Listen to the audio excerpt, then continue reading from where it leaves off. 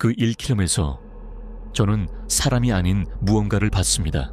북한 함경북도 화대군 북부에 위치한 한 노동단련형 시설에서 1989년 11월 2일 밤 탈출을 감행한 남성은 탈출 후 보호센터 조사에서 이렇게 말했습니다. 그는 이 말을 남긴 뒤 끝내 더는 설명하려 하지 않았습니다. 이 한 문장 때문에 그의 탈출 경로는 지금까지도 미스터리로 남아 있습니다. 1989년 11월 초 함경북도 일대는 이례적인 영하 18도까지 떨어지는 강추위가 이어지고 있었습니다. 그 남성은 3년 전 월경시도 혐의로 체포되어 강제노동에 동원되고 있었습니다. 탈출 실패 경험이 있던 그는 추운 계절이야말로 감시견의 후각이 둔해지고 눈이 얼어 발자국 소리가 거의 나지 않는다는 것을 알고 있었습니다.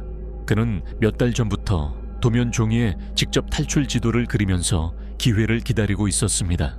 그가 탈출을 감행한 시간은 작업장 교대가 흔들리는 22시 45분 근방, 딱 3-5분간 감시가 느슨해지는 구간이었습니다.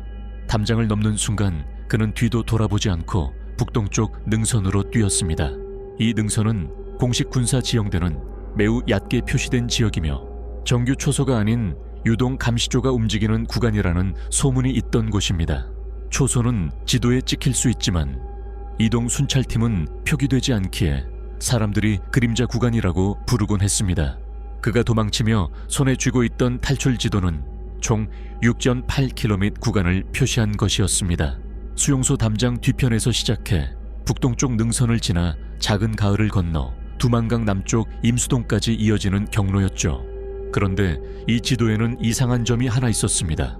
능선에서 가을로 향하는 약 1km 구간이 완전히 비어 있었습니다.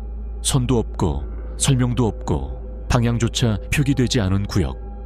지도 전체에서 유일하게 공백이었습니다. 그가 왜 이 구간을 지웠는지 조사관이 묻자 그는 그 구간은 그냥 그릴 수가 없었습니다 라고 답했습니다. 하지만 이후 조사팀이 1989년 미군 정찰위성 KH-1의 공개본과 러시아 지형자료 파편을 대조해본 결과 그 1km는 오히려 탈출 루트 중 가장 이동하기 쉬운 지점이었습니다. 경사는 완만했고 숲도 얕았으며 능선이 길게 이어져 오히려 감시를 피하기 좋은 지대였습니다. 이것이 첫 번째 반전이었습니다. 지형은 탈출하기 좋았다. 그런데 왜 지도에서는 그 구간을 지웠는가? 실제 지형 자료를 더 조사한 전문가들은 또 다른 단서를 발견했습니다. 그 1km 구간은 산의 형태가 움푹 들어가 음향이 사방으로 흩어지는 이른바 소리가 죽는 지대였습니다.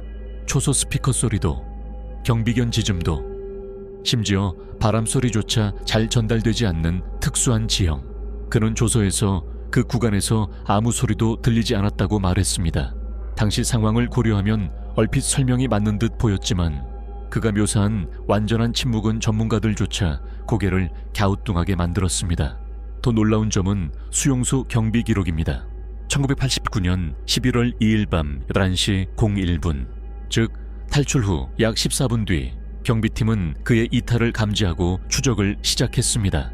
경비견 2마리는 그의 발자국을 따라 북동쪽 능선까지 도착했고 그의 흔적은 정확히 지도에서 지워진 그 1km의 시작 지점까지 이어졌습니다. 그런데 그 지점에서 경비견이 냄새 추적을 완전히 잃었습니다. 발자국은 이어져 있는데 냄새는 끊긴 겁니다. 당시 경비견 조장은 기록에 앞쪽에서는 아무 냄새도 감지되지 않는다고 적었습니다. 이것이 두 번째 반전이었습니다. 탈출자가 경비견을 뿌리친 적도 없고 물에 들어간 흔적도 없었는데 냄새가 사라진 것입니다. 전문가들은 토양 냄새 전이 차단, 특정 물질 접촉, 냄새 마스킹 행동 등 다양한 가능성을 언급했지만 탈출자 본인은 이 구간에 대해 기억나지 않는다고만 답했습니다. 그는 탈출 과정 전체를 매우 자세히 기억하고 있었습니다. 담장 넘은 시간, 달렸던 속도, 능선의 기울기, 바람 방향까지 정확히 말했습니다.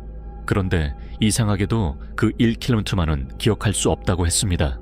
한국에 도착한 뒤 1990년 3월 보호센터에서 진행된 면담에서 그는 마지막 날 드디어 이 구간에 대해 입을 열었습니다. 조사관이 그 구간에서 무슨 일이 있었습니까? 라고 묻자 그는 오랫동안 침묵하다 다음과 같이 말했습니다. 저는 누구를 봤습니다. 조사관은 곧바로 누구를 봤다는 겁니까? 감시조였습니까? 라고 되묻자 그는 고개를 세차게 저으며 말했습니다. 사람이었습니다.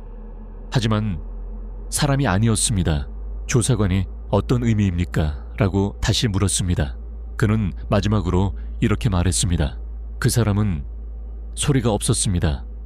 걸음소리도 숨소리도 아무 소리도요. 그저 저를 바라보고 있었습니다. 조사관은 기록 말미에 이렇게 적었습니다. 피해자 극심한 스트레스 상황으로 인한 착시 환청 가능성이 있음. 하지만 그는 끝까지 환각이 아니다 라고 답했습니다. 이것이 세 번째 반전이었습니다. 그의 말이 사실인지, 심리적 충격으로 인한 기억의 왜곡인지, 아니면 그 구간에 실제로 비정상적인 무언가가 있었는지는 지금도 확인할 방법이 없습니다. 전문가들은 이 1km 구간에 대해 세 가지 가능성을 제시했습니다. 첫째, 그 지점은 공식 지도에 존재하지 않는 특수 순찰팀의 은밀한 경로일 가능성이 있다는 점. 둘째, 그가 극도의 공포와 스트레스로 인해 특정 구간의 기억을 뇌가 자체적으로 차단했을 가능성. 셋째, 그가 실제로 충격적인 무언가를 받고 그것이 그의 기억과 지도를 동시에 비워버렸을 가능성입니다.